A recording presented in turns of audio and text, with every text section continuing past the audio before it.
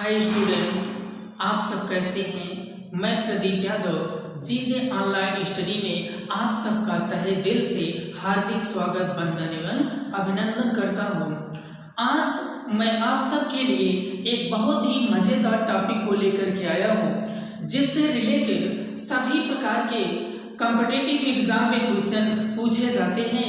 वह संख्या पद्धति है। इसमें बाइनरी संख्या से संबंधित क्वेश्चन अक्सर पूछ लिए जाते हैं, तो लोग कंफ्यूज हो जाते हैं कि ऐसे प्रश्नों को हम किस तरह से हल करें। तो आप पूरा वीडियो देखिए और मैं गारंटी के साथ कह रहा हूं कि आप ठीक मिनटों के सवाल को सेकंडों में हल करना सीख जाएंगे। तो वह है बाइनरी संख्या। बाइनरी संख्या से संबंधित कुल 4 प्रकार के प्रश्न कॉम्पिटिटिव एग्जाम में पूछे जाते हैं। नंबर 1, बाइनरी संख्या का जोड़। नंबर 2, बाइनरी संख्या का घटान। तीसरा, द्विआधारी प्रणाली को दाशमिक प्रणाली में प्रदर्शित करना। नंबर 4, दाशमिक प्रणाली को द्विआधारी प्रणाली में प्रदर्शित करना। तो क्वेश्चन को शुरू करने से पहले हम जान लेते हैं कि बाइनरी संख्या क्या है। संख्याओं का वह समूह जिसमें केवल 0 और 1 सम्मिलित हों, उसे ही हम बाइनरी संख्या कहते हैं। तो चलिए अब हम देखते हैं कि बाइनरी संख्या का जोड़ का नियम। तो ध्यान दीजिएगा, सबसे पहले हम क्वेश्चन को लेते हैं 1 0 0 1 प्लस 1 0 0 ठीक 0।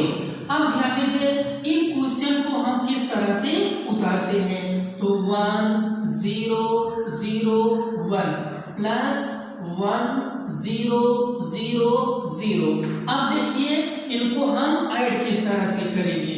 1 में 0 को जोड़ दीजिए तो 1, इसके बाद 0 में 0 तो 0, 0 में 0 तो 0, 1 में 1 जोड़ेंगे तो 2 आएगा। किंतु हमने आपको बताया कि वे संख्याएं अथवा संख्याओं का वह समूह जिसमें केवल 0 और 1 ही आते हैं, उसे ही बाइनरी संख्या कहते हैं। तो इसमें हम 2 को तो नहीं लिख सकते हैं, तो यहाँ देख लीजिएगा नो। अब हम इसे आगे किस तरह से हल करेंगे।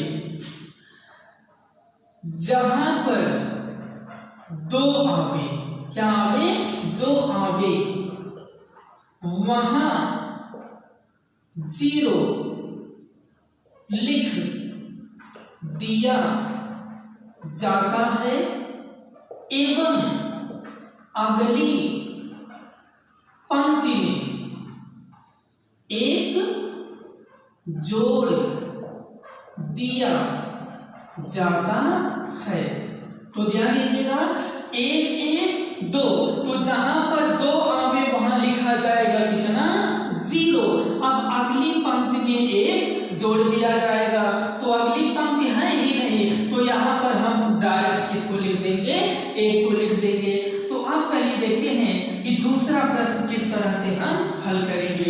मान लीजिए 1 1 0 1 प्लस 1 1 दिया गया है, तो इसे हम किस तरह से जोड़ेंगे। तो सबसे पहले उतारते हैं 1 1 0 1 प्लस 1 1 ठीक।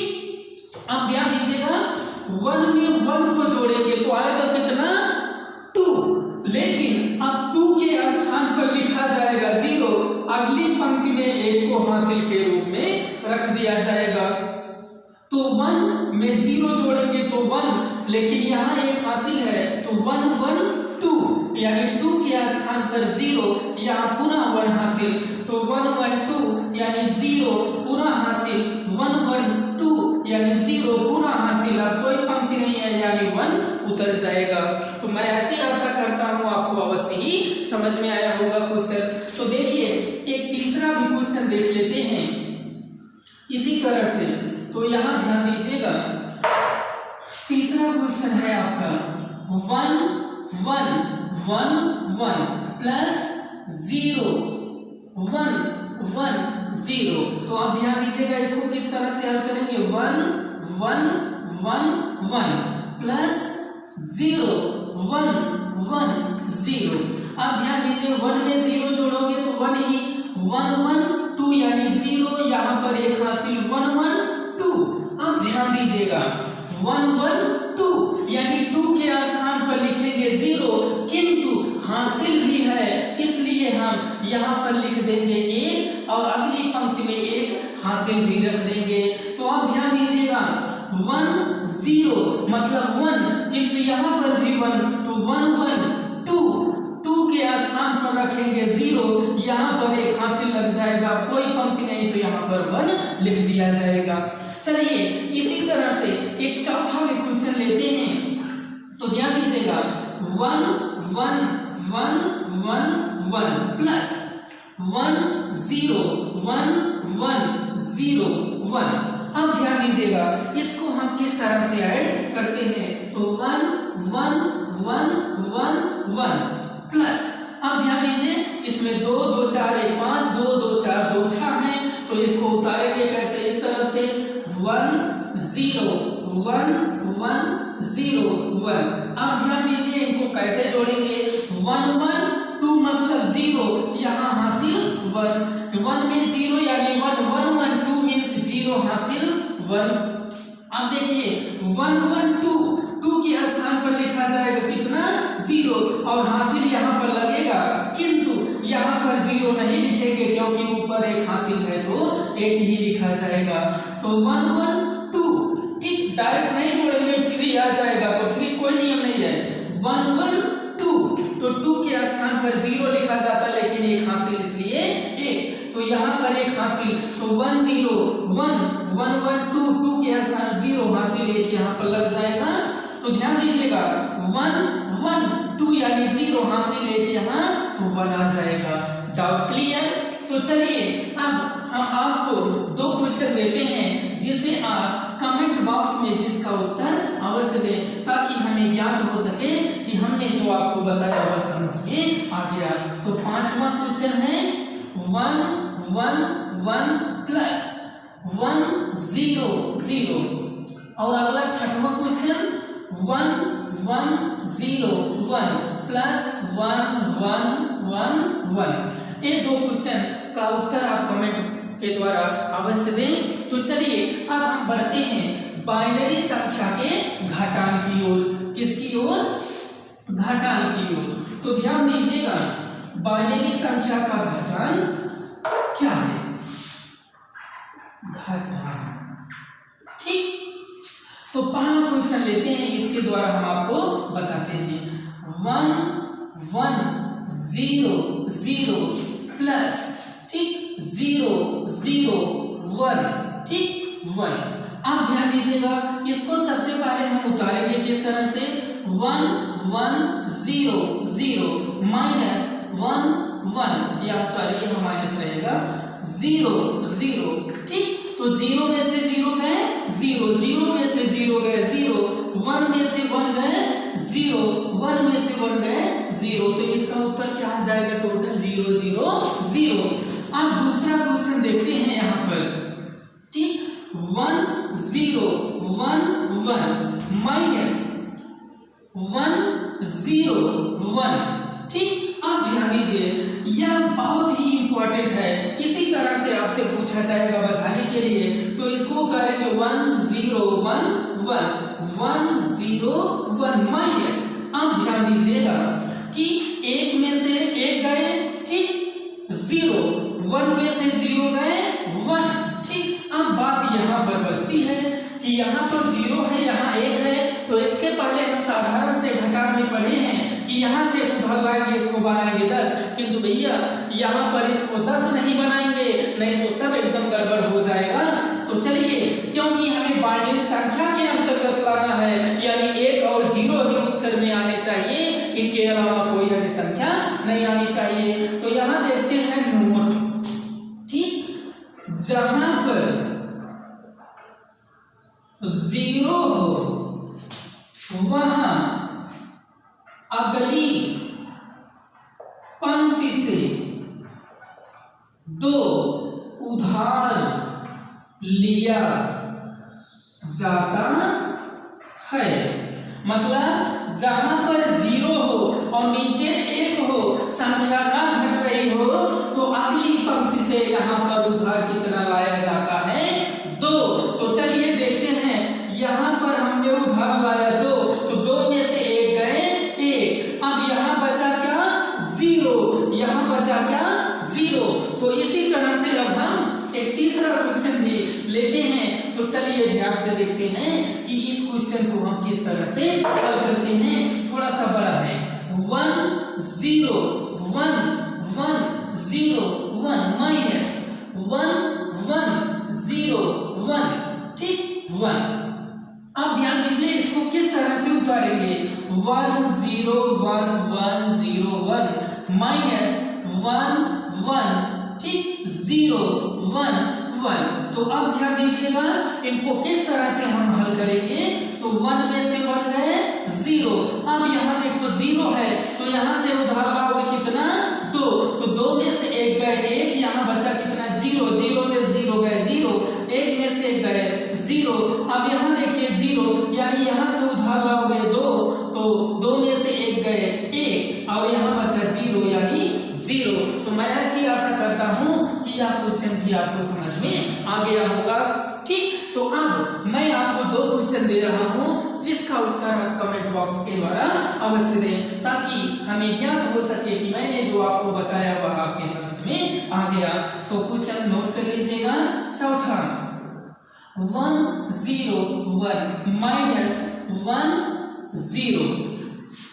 अगला क्वेश्चन है 1 1 0 0 1 माइनस, ठीक 1 1 0 1, ठीक। तो अब इसका उत्तर आप दीजिएगा। इसके बाद अब बढ़ते हैं अगले टॉपिक की ओर। मोस्ट इंपॉर्टेंट टॉपिक जिससे संबंधित क्वेश्चन ज्यादा से ज्यादा मात्रा में पूछे जाएंगे आपको सभी प्रकार के कॉम्पिटिटिव एग्जाम में। तो वह है द्विआधारी प्रणाली को दार्शनिक प्रणाली में व्यक्त करना। द्विआधारी प्रणाली को दार्शनिक प्रणाली में व्यक्त करना। तो चलिए देखते हैं किसके बारे में जानेंगे। द्विआधारी प्रणाली को दार्शनिक प्रणाली में व्यक्त करना। तो चलिए देखते हैं क्वेश्चन के माध्यम से। पहला क्वेश्चन हम लेते हैं 1 1 0 1, ठीक। अर्थात यही है द्विआधारी प्रणाली, मतलब जिसका आधार हो 2, जिसका आधार हो कितना? 2। और इस द्विआधारी प्रणाली को, ठीक, बाइनरी संख्या के रूप में ही प्रदर्शित होता है अथवा किया जाता है। तो चलिए देखते हैं इसको हल करने का नियम क्या है। तो देखिए यहाँ पर जो 2 दिख रहा है, इसी 2 का क्रमशः इनमें गुणा 1 1 में गुणा करेंगे और आगे चल करके उन्हें ऐड करते हुए बढ़ेंगे। तो देखिए सबसे पहले 2 गुणे किसमें? 1 में। अब देखो इसको हमने ले लिया, इसके साथ गुणा कर दिया। इसके पीछे कुल कितने बचे? 1 2 3। तो 2 की घात कितना लगा देंगे? 3 जितने बचे। फिर अब प्लस, फिर 2 गुणे इसमें करेंगे 1। अब इसके पीछे कितने अंक बचे? 1 2, वही 2 की घात के रूप में हो जाएंगे। प्लस फिर 2 का गुणा किसमें? 0 में। अब इसके पीछे कितने हैं? 1, मतलब 2 की घात 1 प्लस 2 गुणे 1। अब देखिए 1 है, 1 के पीछे तो कुछ ही नहीं है, मतलब इसकी घात 0। तो अब ध्यान दीजिए 2 की घात 3, मतलब 2 का गुणा आपस में 3 बार। 2 दूना 4 दूना 8, तो आएगा कितना? 8। फिर 1 है तो 8 के 8 प्लस 2 की घात 2, मतलब 2 दूना 4, तो 4 के 4 प्लस 2 की घात 1। आप जान लीजिए सबसे पहले यह कि अगर किसी संख्या के साथ 0 का गुणा है तो पूरा का पूरा मान क्या हो जाता है? 0। तो 0 प्लस, अब ध्यान दीजिए अगर किसी संख्या की घात 0 हो तो उसका मान सदैव होता है 1, ठीक। चाहे वह 100 की घात 0 क्यों ना हो, फिर भी इसका मान होगा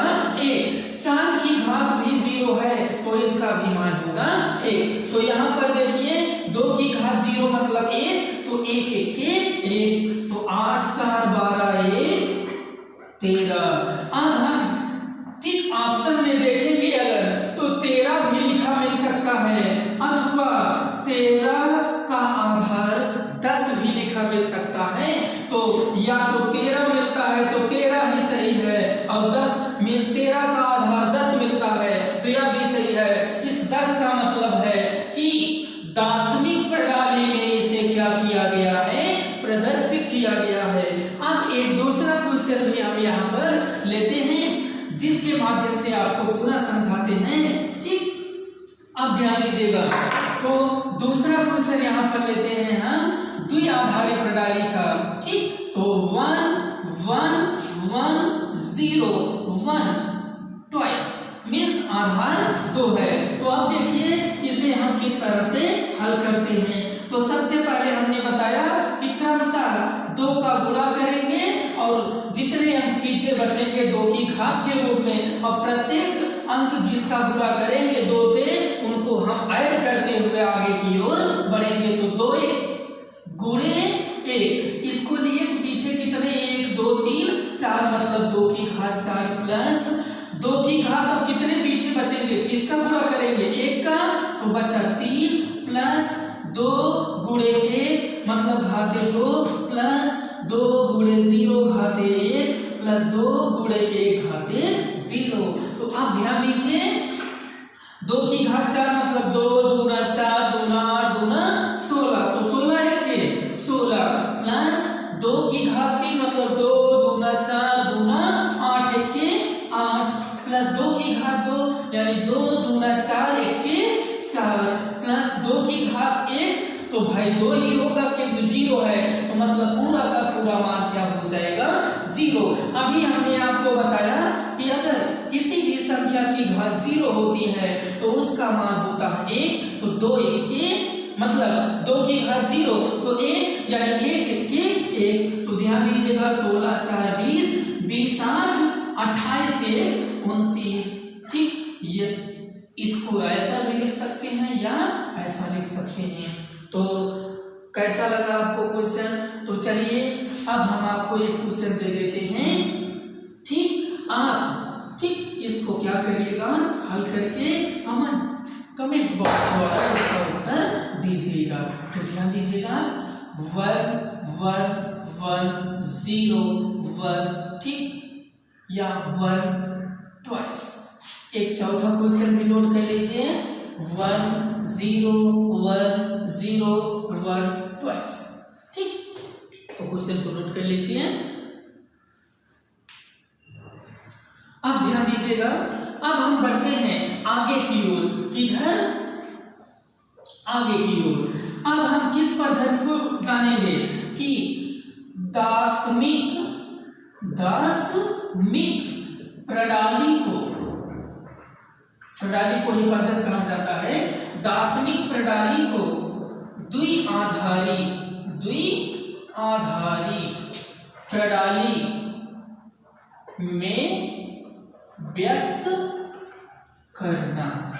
तो चलिए ध्यान दीजिएगा, इसका जस्ट अपोजिट है या इसका जस्ट अपोजिट है या, तो चलिए इसको भी हम क्वेश्चन के माध्यम से हल करते हैं और जानते हैं कि किस तरह से इनको हम हल कर सकते हैं। तो चलिए देखते हैं।